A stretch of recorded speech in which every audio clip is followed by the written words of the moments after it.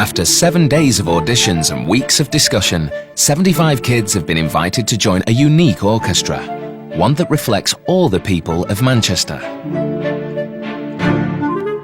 Sally Whittle, the new orchestra's manager, has been sending out letters to the successful players.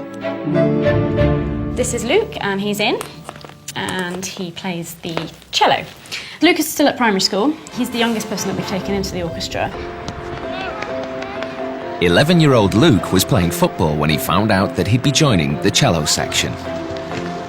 I was on the bench because I'd just come off playing, and then my dad had a phone call, and then he looked at me and he went, "It's for you." The whole car journey back was from Grandma Midge, from Grandad Hancock. My grandma Hancock screaming. Yeah, she always screams or cries. Yeah, yeah. People were really pleased. We lost the final 1-0.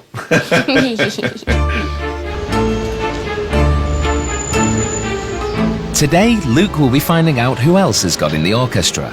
Like everyone here, he's meeting his fellow musicians all together for the first time. They've left their instruments behind, as it's a team-building day. It'll be their chance to get to know one another and their new conductor. I'm James. You'll remember me as the one who's trying desperately not to be too scary in the audition process. Well done, you've survived that. Thank you very much. I have no idea how this is going to go and how it's going to work. So it's about exploration, I think, for all of us, including me.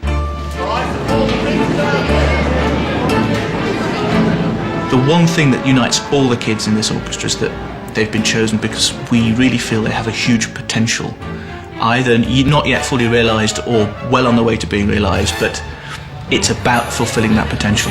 I'm Nimishi, I'm 14 and I've been playing violin for 6 years. Those chosen come from different parts of Manchester. They have different backgrounds and different levels of experience. Over the next 12 months, James's challenge will be to get all of them to work together as one. He's in. In creating a working orchestra, James has not only had to select who gets in, He is in. His audition was very good indeed. but he's had to choose the leader of each instrument group. One of my main concerns is if I might mess up as a leader, because it is my first time doing this. 16-year-old beatboxing Faz has been made leader of the second violins. That was the reaction. My eyes widened. I'm a leader. Oof, you know. I've got people behind me now. People have to look to me now, you know. Spoke to my mum, you know. "Mum, what do you think?" She was like, "Hey, you know, hey, leader now, you know. You got to work on something, you know." In fact, James considered appointing Faz as leader of the whole orchestra, but thinks he's not quite ready for this role. Faz, I think, is a bit of a thoroughbred horse for me. He is brilliant and exciting. Sometimes that's not the personality you need actually sitting in the leader's seat. Sun shines on. The whole thing can collapse like a pack of cards if they get overexcited. I've written a letter to Emma saying that we would like her to be the leader of the orchestra, which means she'll sit in the first violin seat and she'll have the responsibility of leading not just the first violins, but the whole orchestra. The leader acts as a go-between for the conductor and the rest of the orchestra.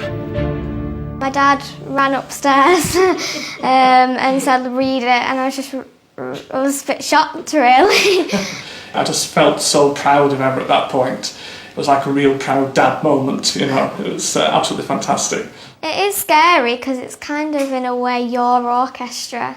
You have to be able to look after them and keep them as one big team. My main concern is, because I'm only 14 and I'm like the leader, that people won't really listen to me as much. Today, James has a chance to stand back and watch his young musicians, because motivational coach Graham is leading the day. Okay, good morning. My name's Graham. Over the next 12 months, Graham will be working with the orchestra. We're going to spend half an hour. I want you to brainstorm the new name for this orchestra, the potential new name. Jack, come on, brainstorm. As the teenagers get down to the task, the different characters of the sections are beginning to show up. Generally speaking, if you play a certain instrument, you tend to have a certain characteristic, you tend to have a certain personality, and it's the same with all orchestras I've worked with all over the world, you know. Youth Orchestra United through the Halle.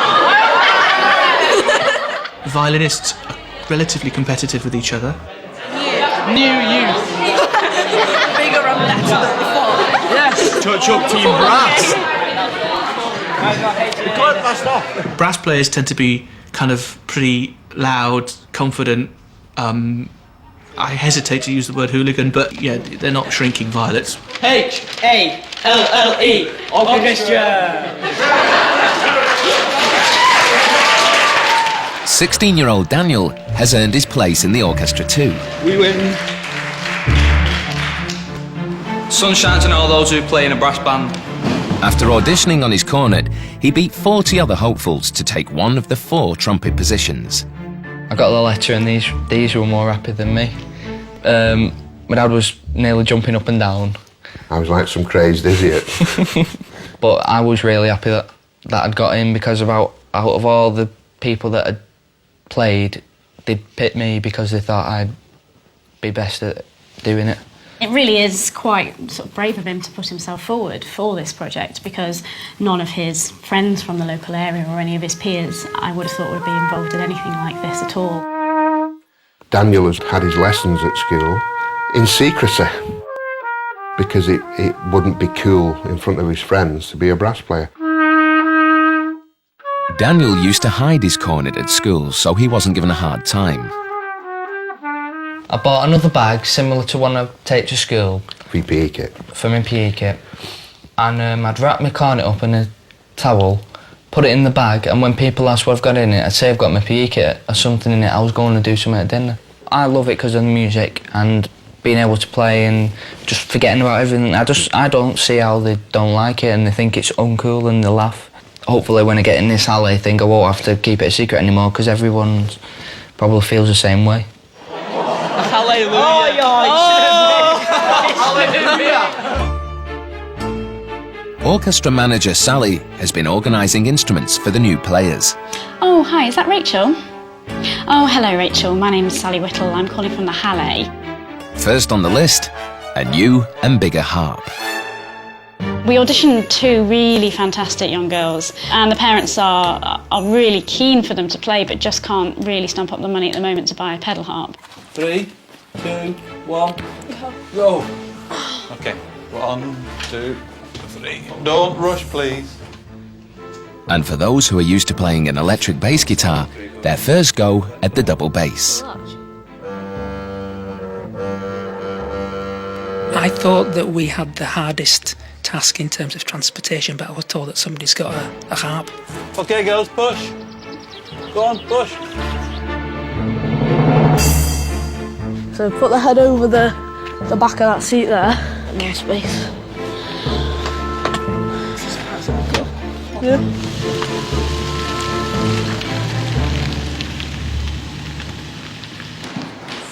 Sunshine the one those who... Zoya is someone else who is taking on something new. She'll have to learn orchestral percussion from scratch. who really enjoy being in the orchestra. We've had an issue with Zoya. We were a little bit unsure as to whether her father would allow her to be involved in the project. I don't think that her father and her family really had any experience of an orchestra, of classical music at all. But Zoya's dad decided to let her take part. If I say no to Zoya, you can't do this. And she says, oh dad, right. She'll walk away from me, but while she's walking away, I think, why did I do that? Why? And then I'll kiss and cuddle them, and then, they say, no, Dad, no, you're not creeping to us now. You've said no. But they listen to me as well. They make me and my missus proud, so there's no use, saying no and then breaking their hearts at the same time. Would you have been heartbroken? Yes, because I would have missed a big opportunity.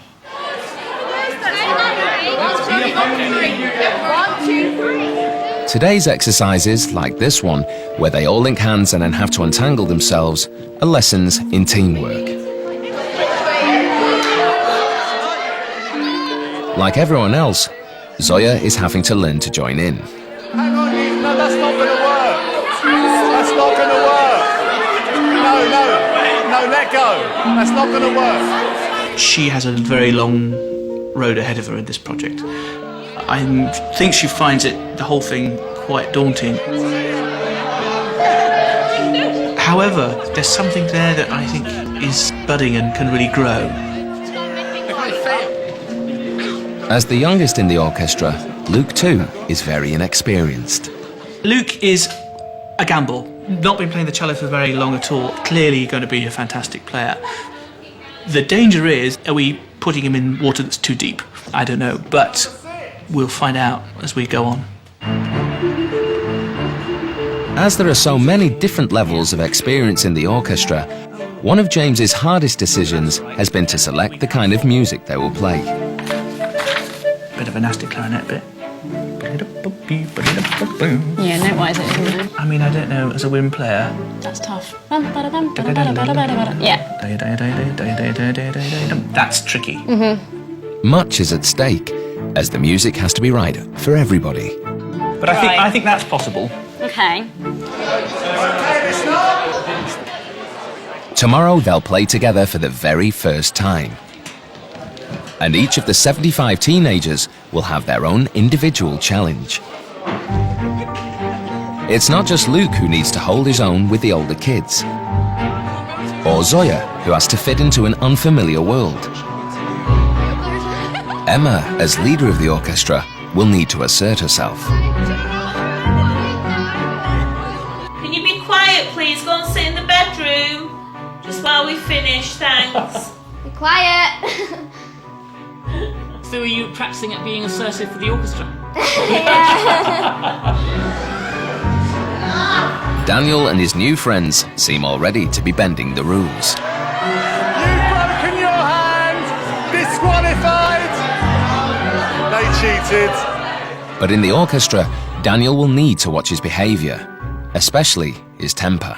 I think I'll be able to control it in the Halle, because music's important to you, isn't it? Yeah. I don't want to mess up the opportunity. I want to keep at it. But the biggest challenge of all is James's. All the way through the audition process, I was thinking, my God, can we get an orchestra out of this? Can we make an orchestra that's going to work out of this? And I'm still thinking that. I really, still, right now, just before the first rehearsal, I do not know whether we've got an orchestra out of this, whether we can make that happen. It's the end of the day, but their life as an orchestra is just beginning. No one knows what they'll sound like tomorrow, least of all, James. You'll know if it's working or not in the first 3 minutes. In fact, you'll know in the first 2 minutes. First 30 seconds, you'll know very, very soon indeed. It's improv at a really terrifying level.